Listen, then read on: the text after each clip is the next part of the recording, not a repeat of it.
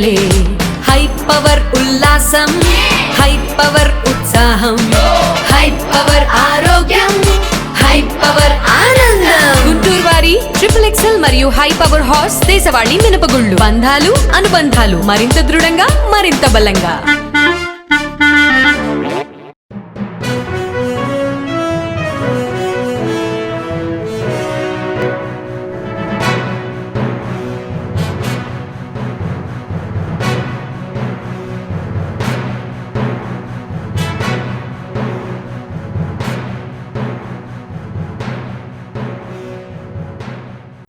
నమస్తే, welcome to NXT G news. ఈనాటి వార్తా విశేషాలు.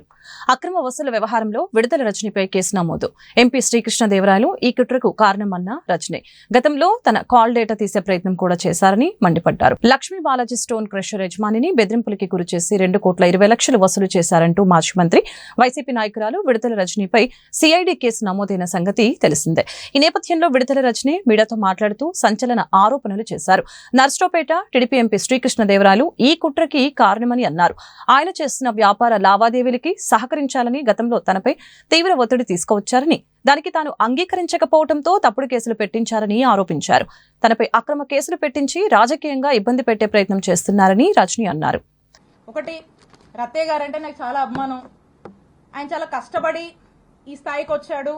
ఎంతో మందికి ఒక విద్యా సంస్థలు పెట్టి ఎంతో మందికి విద్యాబుద్ధులు నేర్పించినటువంటి వ్యక్తిగా ఈ ప్రాంతం ప్రజలు ఆయన్ని గౌరవిస్తారు. నాకు అదే గౌరవం ఉంది. కానీ అన్ఫార్చునేట్లీ ఈరోజు వారి కొడుకు గురించి ఇన్ని నిజాలు ఆయన తప్పు చేశాడు కాబట్టి ఇవన్నీ నేను బయట పెట్టాల్సి వస్తుంది. సో కృష్ణదేవరాయలు గారికి రాజకీయాలంటే ఈ రాజకీయాల వల్ల వాళ్ళకి లబ్ధి జరుగుతుంది కాబట్టి ఆయనకు రాజకీయాలు కావాలి. కానీ విడుదల రజనీకి అట్లా కాదు. ఎందుకంటే నేను నిజాయితీగా ప్రజలకు సేవ చేయడానికి రాజకీయాల్లోకి వచ్చాను. రాజకీయాల వల్ల నా రూపాయి నా ఆస్తులే నేను కోల్పోయాను తప్పితే నేను రాజకీయాల వల్ల ప్రజల వల్ల రాజకీయం వల్ల ఏదో లబ్ధి పొందాలనే ఉద్దేశంతో నేను రాలా. నాకు అవసరం లేదు కూడా, బై గాడ్స్ గ్రేస్. ఎందుకంటే ఒక ల్యాండ్ ఎంచుకోవడము, దాన్ని కారు చౌకగా దాన్ని ప్రాసెస్ చేసుకోవడము, దాన్ని కొట్టేయడము, ఇది వీళ్ళు అంటే రాజకీయాల వల్ల వీళ్ళ ఆస్తులు పెంచుకోవడానికి వీళ్ళు చేసే పనిది. మాకలా కాదు, మీలాంటి ఉద్దేశాలు మాకు లేవు. రాజకీయాల వల్ల మేము బతకడానికి మేము రాలా. మా రూపాయి మేము పోగొట్టుకున్నాం. మాకు ఒప్పుకున్నంత వరకు చేసుకుంటాం, నిజాయితీగా చేసుకుంటాం. మా నాయకుడిని మేము నమ్మాము, మా నాయకుడి కోసం కష్టపడతాం. మీరు ఎన్ని ఇబ్బందులు పెట్టినా మేమేం పారిపోం. మా పార్టీ కోసం నిలబడతాం, మా కార్యకర్తల కోసం నిలబడతాం, మా ప్రజల కోసం నిలబడతాం, పనిచేస్తాం. మళ్ళా మా నాయకుడిని ముఖ్యమంత్రిని చేసుకునే వరకు ఖచ్చితంగా కష్టపడతాం. మీరు ఎన్ని ఇబ్బందులు పడ్డా మేమేం పారిపోము. ఇంకా కృష్ణదేవరాయలు గారు అనుకుంటా ఉన్నారు, నాకు వైఎస్ఆర్ కాంగ్రెస్ పార్టీలో ఒకరిద్దరితో పరిచయాలు ఉన్నాయి, ముసుగులో ఒకరిద్దరితో పరిచయాలు ఉన్నాయి, ఆయన టచ్ లో ఉన్నాడని ఆయన భావించి ఆ ఒకరిద్దరు రేపు వైఎస్ఆర్ కాంగ్రెస్ పార్టీ గవర్నమెంట్ వచ్చినా కృష్ణదేవరాయల్ని కాపాడుతారు అనే భ్రమంలో ఆయన ఉన్నాడు. ఆ ఇద్దరు, ఆ ఒక్కరు, నువ్వు ముసుగులో ఉన్న ఏ ఒక్కరు కూడా నిన్ను కాపాడలేరు అని నేను క్లియర్ గా చెప్తున్నా నీకు. క్రషర్ యజమానుల్ని భయపెట్టిన అంశంలోనే మాజీ మంత్రి విడుదల రజనీ కేసులు ఎదుర్కొంటున్నారని ఎంపీ లావు శ్రీకృష్ణదేవరాయలు అన్నారు. నిన్న రజనీ చేసిన వ్యాఖ్యలపై ఆయన స్పందించారు.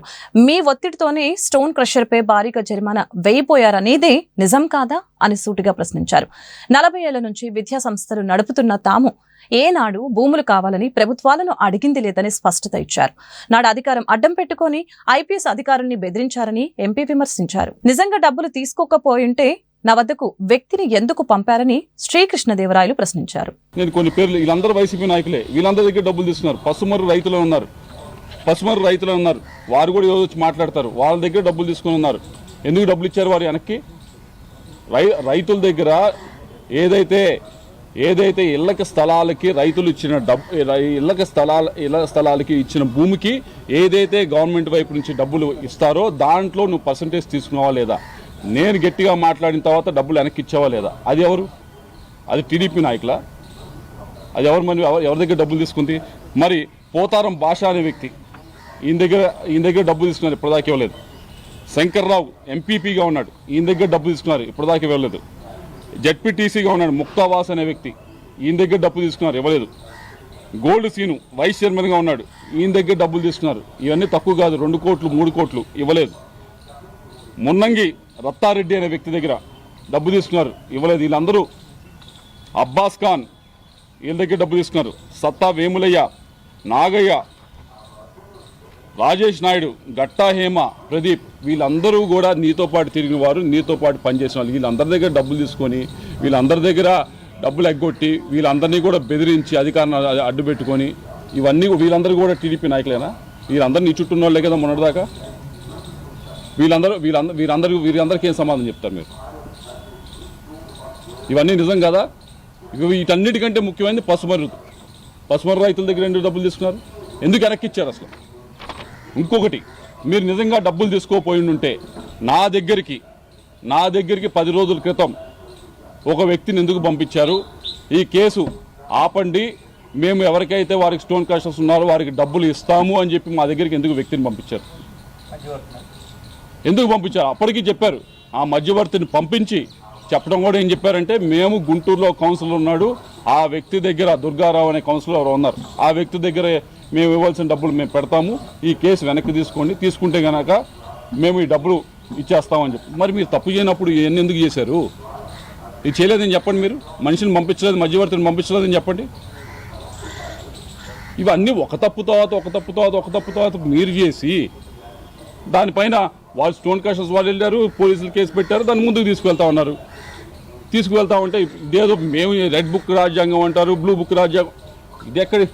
వీళ్ళందరికీ మరి సమాధానం చెప్తారు. వీళ్ళందరి దగ్గర డబ్బులు తీసుకొని వీళ్ళ పరిస్థితి ఏంది? వీళ్ళందరూ కూడా మరి ఇదేం పద్ధతి? కాబట్టి ఒకసారి మాట్లాడే ముందు మనం ఏం చేసాము, మనం నిజం మాట్లాడుతున్నామా అబద్ధం మాట్లాడుతున్నామా బేరీజ్ వేసుకుని మాట్లాడితే బెటర్. శనివారం రాత్రి కురిసిన అకాల వర్షానికి వైఎస్ఆర్ కడప జిల్లా లింగాల మండలంలో 2400 ఎకరాల్లో అరటి పంట నేల కొరిగింది. సుమారు 20 కోట్లకు పైగా నష్టం వాటిల్లినట్లు అధికారులు ప్రాథమికంగా అంచనా వేశారు. క్షేత్రస్థాయిలో పర్యటించి ప్రభుత్వానికి నివేదిక పంపారు. చేతికొచ్చిన పంట ఈదురు గాలులు దాటికి నేల కొరగడంతో రైతులు లభోదీపమంటున్నారు. ప్రభుత్వమే తమను ఆదుకోవాలని ఉద్యాన శాఖ అధికారులతో గోడు వెళ్లిపుచ్చుకున్నారు. నూతల, తాతిరెడ్డిపల్లి, పార్నపల్లి, వెల్లిదండ్ల, మురారిచింతల, ఎగుపల్లె గ్రామాల్లో 2400 ఎకరాల్లో అరటి పంట నష్టపోయినట్లుగా ప్రభుత్వం వారికి ఉద్యాన శాఖ వారు ప్రాథమిక నివేదికలను పంపించడం జరిగింది. సుమారుగా 20 కోట్ల మేర పంట నష్టం జరిగిందని చెప్పేసి ప్రాథమికంగా అంచనాలు వేసి ప్రభుత్వానికి నివేదికలను తాతిరెడ్డిపల్లె ఆ విలేజ్లంతా కూడా 100కి 99% జరిగింది క్రాప్ డ్యామేజ్. ఖరీఫ్ లో ఈ అరటి పంటకు ఇన్సూరెన్స్ అనేది కట్టడం జరిగింది. త్రిభాషా విధానం అంటే భాషను బలవంతంగా రుద్దటం కాదని, భాషను బలవంతంగా రుద్దటాన్ని తాను వ్యతిరేకిస్తున్నానని ఉప ముఖ్యమంత్రి పవన్ కళ్యాణ్ స్పష్టత ఇచ్చారు. ఓ తమిళ టీవీ ఛానల్ ముఖాముఖిలో పాల్గొన్న పవన్ త్రిభాషా విధానం, లోక్సభ స్థానాల పునర్విభజనపై మాట్లాడారు.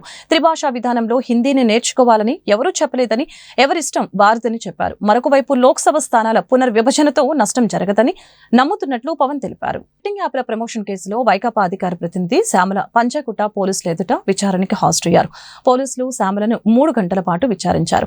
అనంతరం ఆమె మీడియాతో మాట్లాడారు. పోలీసుల విచారణకి తాను పూర్తి స్థాయిలో సహకరిస్తున్నట్లు చెప్పారు. ఇన్వెస్టిగేషన్ జరుగుతోంది, మీ అందరికీ తెలుసు, విషయం కోర్టులో ఉంది. సో దీని గురించి ప్రస్తుతము మాట్లాడడం అన్అఫీషియల్ అవుతుంది. ఆ విషయం నాకంటే బాగా మీకే తెలుసు. సో డెఫినెట్గా మేము ఇన్వెస్టిగేషన్కి కోఆపరేట్ చేస్తున్నాము. చట్టాల మీద, న్యాయ వ్యవస్థ మీద నమ్మకం ఉంది. ఖచ్చితంగా కల్ప్రిట్స్ని పట్టుకోవడంలో నేను ఎంతవరకు సాయం చేయగలను అంతవరకు డెఫినెట్గా పోలీసులకి నా సపోర్ట్ ఎప్పుడూ ఉంటుంది.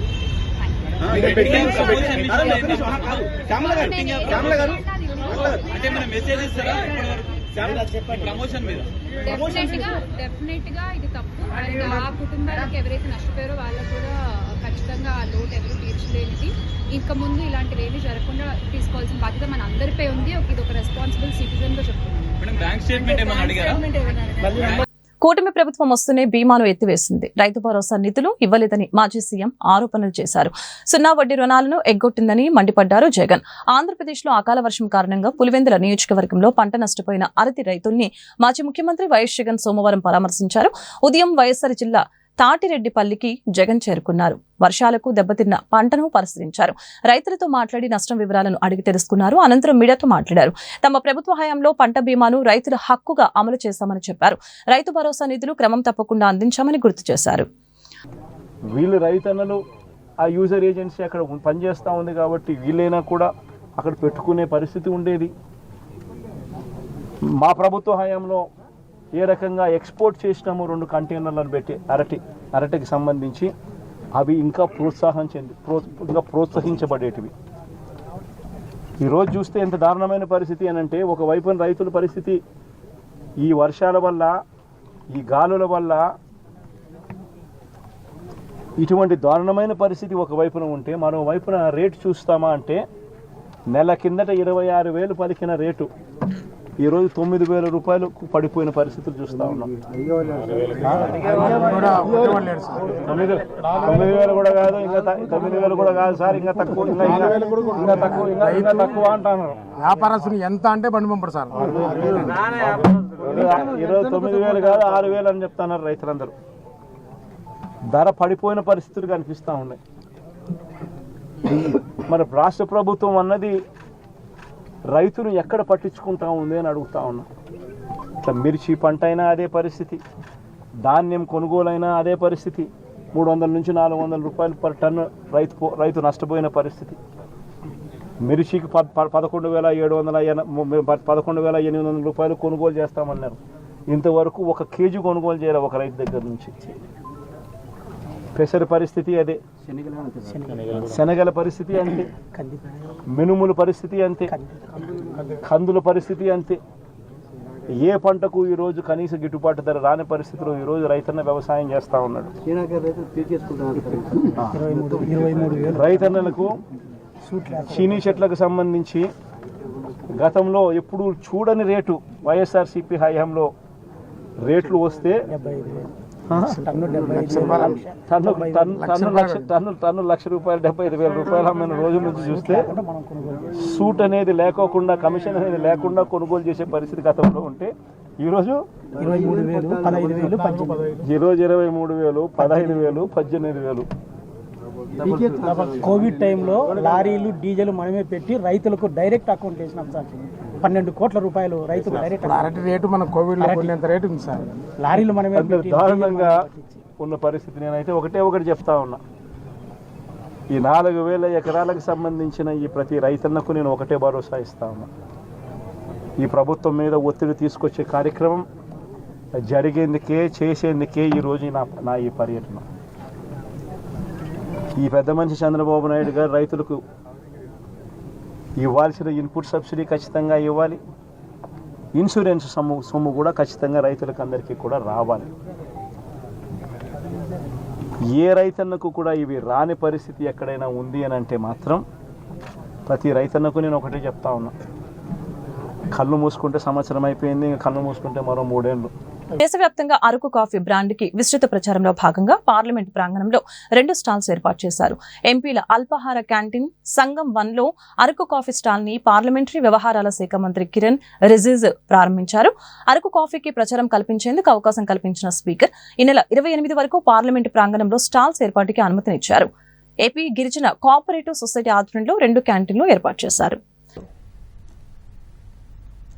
నాయుడు గారు ఎప్పుడు ఢిల్లీ వచ్చినా మేము కూడా ఆయనతో మినిస్టర్స్ కానీ ప్రధానమంత్రి గారు కలిసిన ప్రత్యేకంగా అరకు కాఫీ తీసుకొని వచ్చి వాళ్ళందరికీ కూడా ప్రెజెంట్ చేస్తే వాళ్ళు కూడా అప్రిషియేట్ చేస్తున్నారు. మంచి టేస్ట్ ఉందని, మాకు కూడా చాలా నచ్చుతుందని. మరి దాన్ని ఇంకో అడుగు ముందుకు తీసుకొని వెళ్ళాలి. మినిస్టర్స్ కి అందరికీ ఇస్తున్నాం, ఇంపార్టెంట్ పీపుల్కి. ఎంపీలు కూడా దీన్ని టేస్ట్ చేయాలి. ఎంపీలు కూడా చేస్తే వారి ద్వారా ఇంకా చాలా మందికి తెలుస్తుందనే ఆలోచనతో ఈ స్టాల్ పెట్టాలన్నది ఒక ఆలోచనగా ఉంటే దానికి స్పీకర్ గారి తాలూకా సహకారంతో ఈరోజు పెట్టాం. అలాగే 2 క్యాంటీన్స్ లో కూడా పెట్టాం. సుమారు 150,000 మంది రైతులు ఆర్గానిక్ వేలో ఒక ప్రత్యేకమైనటువంటి పద్ధతిలో ఈ యొక్క అరకు కాఫీని తయారు చేయడం జరుగుతుంది. దాని టేస్ట్ ఏ కాఫీలో కూడా మీకు బహుశా దొరకకపోవచ్చు. మనం ప్రమోట్ చేయాలి దీన్ని. అందుకనే ఈ రోజు ఈ కార్యక్రమం ద్వారా దాన్ని ప్రమోట్ చేసే అవకాశం ఈ రోజు దక్కింది. It's truly a matter of pride that the government of Andhra Pradesh has taken up the Araku Valley coffee, which is a GI product, as an important export product, as an important product for every Indian to enjoy the taste of. And I am confident that with the collective efforts of Prime Minister Narendra Modi at the center and Chandrababu Naidu Garu కూటమి ప్రభుత్వం ఎన్నికల మేనిఫెస్టోలో ప్రకటించిన మరొక హామీని ఉగాదికి పట్టాలెక్కించనుంది. పేదల సాధికారత లక్ష్యంగా P4 విధానాన్ని ముఖ్యమంత్రి చంద్రబాబు వెలగపూడి గ్రామంలో ఉగాది నాడు లాంఛనంగా ప్రారంభించనున్నారు. అట్టడుగు ప్రజలకి సంపన్న కుటుంబాల తోడ్పాటి లక్ష్యంగా ఈ కార్యక్రమం సాగనుంది. పేద కుటుంబాలకి ప్రభుత్వ పథకాలకు అదనంగా సాధికారత కోసం సాయం దక్కనుంది.